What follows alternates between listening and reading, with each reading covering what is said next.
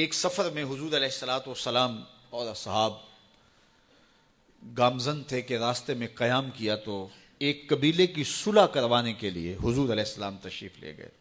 وہاں کچھ تاخیر ہو گئی تو صحابہ نے حضرت ابوبکر صدیق کو کہا کہ حضور رک گئے ہیں تو نماز کا وقت جا رہا ہے، آپ نماز پڑھا دیجئے. تو حضرت ابوبکر صدیق رضی اللہ تعالیٰ عنہ مصلی پہ کھڑے ہو گئے. اب نماز شروع ہوگی، ادھر سے حضور بھی فارغ ہو گئے تو آقا کریم تشریف لائے. تو آقا کریم علیہ السلام جو ہی تشریف لائے تو صحابہ کی صفیں بندی ہوئی تھی. حضور کو دیکھا، انہوں نے راستہ چھوڑ دیا.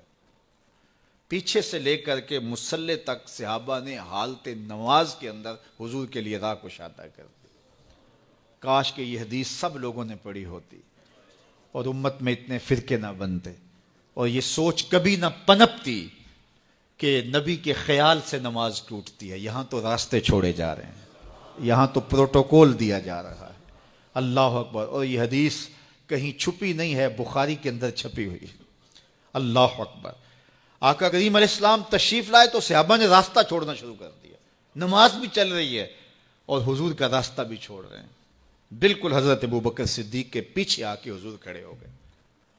وابو بکر لا یلتفت یمینا ولا یسارا. جب آپ نماز پڑھتے تھے تو نہ دائیں دیکھتے نہ بائیں دیکھتے، پوری توجہ انہماک ہوتا. وہ اپنی کیفیات کے جہان میں ڈوبے تھے اور حضور آ کے پیچھے کھڑے ہو گئے.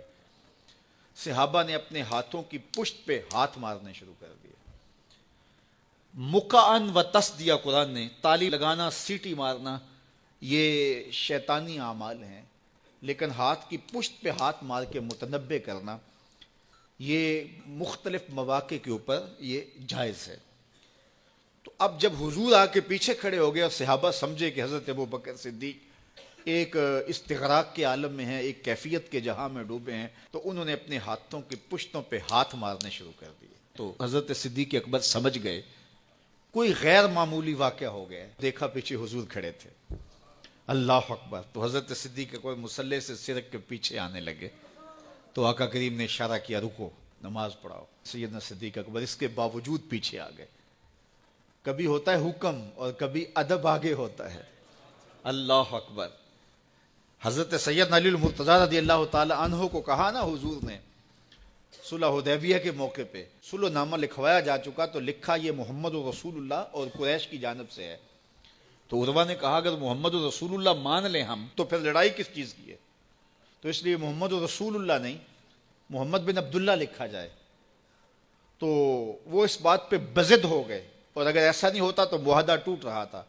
تو حضور نے حضرت علی المرتضی سے کہا کہ چلو رسول اللہ کا لفظ مٹا دو. عرض کی میں تو نہیں مٹاؤں گا، میں تو نہیں مٹاؤں گا، یہ نام میں تو نہیں مٹا سکتا. پھر حضور نے خود مٹایا. اب یہاں حضور نے کہا ابو بکر رکو، لیکن حضرت ابو بکر نہیں رکے، پیچھے آ گئے. اور پھر حضور خیر مصلی پہ گئے، نماز ہوئی، سلام پھرا. تو حضرت ابو بکر صدیق رضی اللہ تعالیٰ عنہ کو حضور نے کہا ابو بکر جب میں نے کہا تھا تم رکے رہو تو تم کیوں پیچھے آئے؟ تو سنو حضرت ابو بکر نے کیا جواب دیا رضی اللہ تعالیٰ عنہ. کروڑوں سلام، لاکھوں عقیدتوں اور نیاز مندیوں کے خراج ان کی چوکھٹ پہ. عرض کرنے لگے ما کانا لابن ابی قحافہ ان یؤم رسول اللہ صلی اللہ علیہ وسلم. حضور ابو قحافہ کے بیٹے کی جرت کب ہوئی کہ رسول اللہ کے آگے کھڑا ہو کے نماز پڑھائے؟ یہ ابو قحافہ کے بیٹے کی ہمت کب ہوئی کہ رسول اللہ کے سامنے کھڑا ہو کے نماز پڑھائے؟ تو ادب پہلا کرینہ ہے محبت کے کرینوں میں. حضرت ابو بکر صدیق رضی اللہ تعالی عنہ نے اگر حضور علیہ الصلوۃ والسلام کی اطاعت اور حضور کی محبت، ادب، فرما برداری اور جانثاری کے انوکھے باب رقم کیے ہیں، لیکن حضور نے بھی ان کو جو اعزازات دیے. ایک خاتون آئی مسئلہ پوچھنے، آقا کریم نے فرمایا پھر آ جانا. اس نے کہا پھر آؤں اور آپ نہ ملیں؟ تو کہا میں نہ ملوں ابو بکر تو ملیں گے نا.